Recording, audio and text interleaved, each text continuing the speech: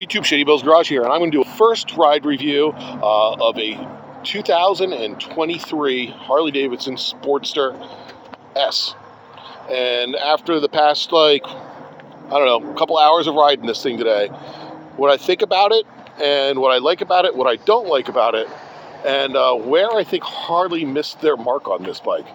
I'm going to say right now, I really like this bike. I didn't think I was going to like it. It seemed kind of weird with the 160 front tire on the front. Well, it looks like a rear tire on the front. And I thought it was going to be a little weird. I've ridden a bunch of V-Rods. I kind of compare it to that and where they missed their mark. But I really, really like this bike.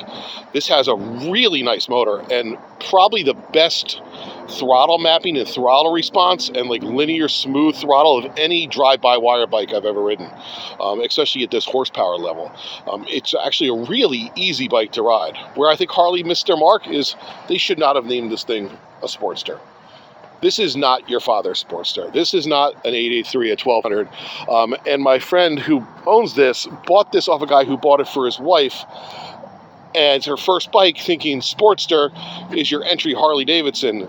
This is not your entry Harley Davidson. I don't have the numbers and the spec numbers on it right now, but this bike pulls hard.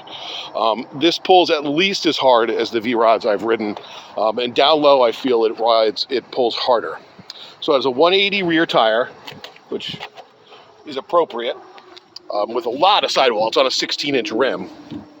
And the front tire is a 160 70-17, which I thought was going to ride really heavy, but it doesn't. This bike's very nimble, very stable. The suspension's very compliant.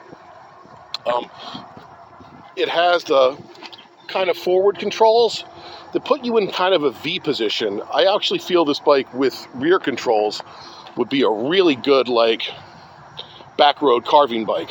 But as it is a really powerful, really nice riding, very good handling cruiser that is not the Harley that I'm used to. So you have a key fobs to your wireless, you flip it on, and you have the TFT dash that comes on. And unlike every other Harley I've ever ridden, it has the standard blinkers of a Japanese bike. Left, right, push to cancel. Where every Harley I've ever ridden is left blinkers over here, right blinkers over here. You actually start the bike by pushing this button down. And let's see, am I in neutral yet? Let's see, am I in neutral? There we go.